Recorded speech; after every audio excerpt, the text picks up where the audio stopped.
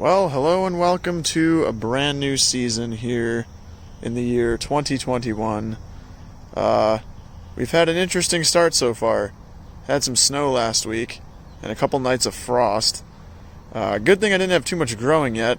I'll get into what I've started here just in a moment.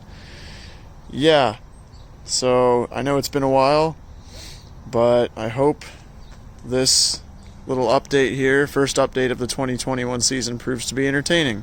Got some things in the works that I think you'll all enjoy. So starting here at the left patio bed of my two raised beds, we have a bunch of volunteer sunflowers. None of these were planted by me. These all came up from seeds that fell here from last year's sunflowers. Although I did just recently plant a nice handful of, some like autumn beauties and multicolored varieties in here. I want this to just grow like a thick, dense stand of all sorts of colors. I'm not really looking to grow anything huge here, but I did plant 3 mammoth gray stripes here. I'm not expecting them to grow to their full potential or anything, but I figured it'd be nice to have a few tall ones in here because I do want to try planting cucumbers in here. Also, I know last year I did gourds, and that was kind of an accident too, but they grew up the sunflowers like a nice natural trellis, so I figured I would do the same thing this year, but with cucumbers, because we eat a lot of cucumbers here. So that'll be really interesting if I can get that to work. That's the main purpose of those mammoth gray stripes there. This space here is uncultivated. It's kind of early.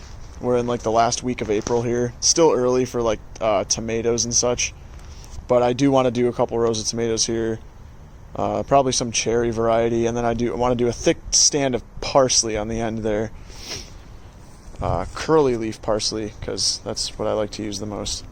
But yeah, I'm thinking tomatoes and parsley, and then here just the volunteer sunflowers growing. Got a few seeds planted. Haven't planted any of my real giant seeds yet, because I like to wait till the end of May when the soil's a bit warmer and we have highs in the 80s pretty consistently. So walking over here to the other patio bed, I guess the right side, here is where I planted my peas in this little cage I made out of this like trifold trellis, I guess you could call it. I put some garden twine here in between each row of bars to, give it something a little extra to cling on to.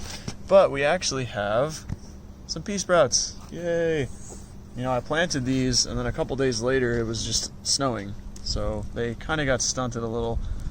But I knew that as soon as we started having days where the sun was actually out and warming up the soil, that I would see sprouts pretty quickly, and that turned out to be true. So over here, this is what I had just done. These 2 rows here are carrots, and these 3 are lettuce, just a mixture of different greens, arugula, some other, to be honest I don't really remember what was in the blend entirely, but yeah, it's a mixed green blend of different kinds of lettuce, so that should be fun. So I should probably explain what's going on here with these random fence pieces and also that mess over there. So this is mainly to prevent my cats from using this like a litter box. I don't want them digging up any seeds, and I definitely don't want them peeing in here. All that ammonia would render these beds useless. So yeah, that's an attempt to organically obstruct my cats. And this also, all this bird netting. I'll eventually use this netting when I grow my my competition sunflowers, the real giant ones that I grow. I put a section of netting over each plot. I actually have a video specifically about that. I can link that in the description. Yeah, this stuff is really helpful.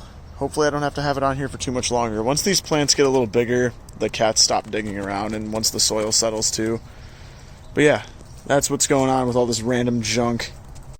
I also apologize if in this video you see a lot of wavy glitchiness going on the screen.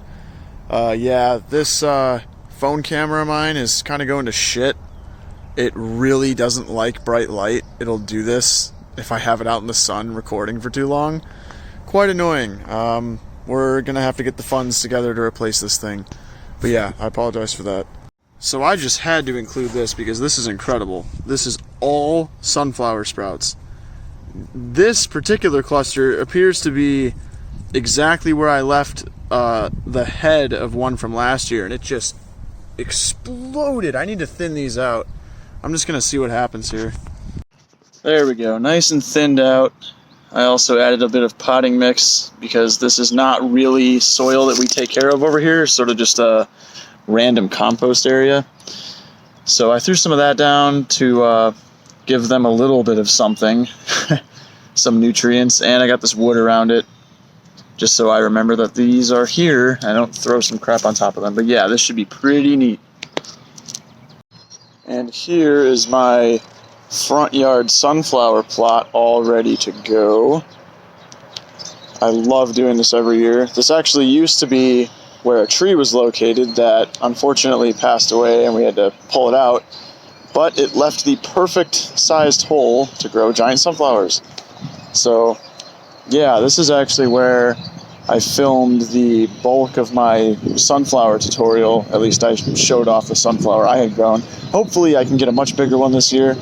Yeah, this is always super exciting. So this is really just a mixture I've kind of developed here over the years of some potting mix, some compost, and some natural soil. Very, very rich. It goes down pretty deep, almost 2 feet. So yeah, I can chronicle the life of this guy too if you guys would like that. Let me know in the comments.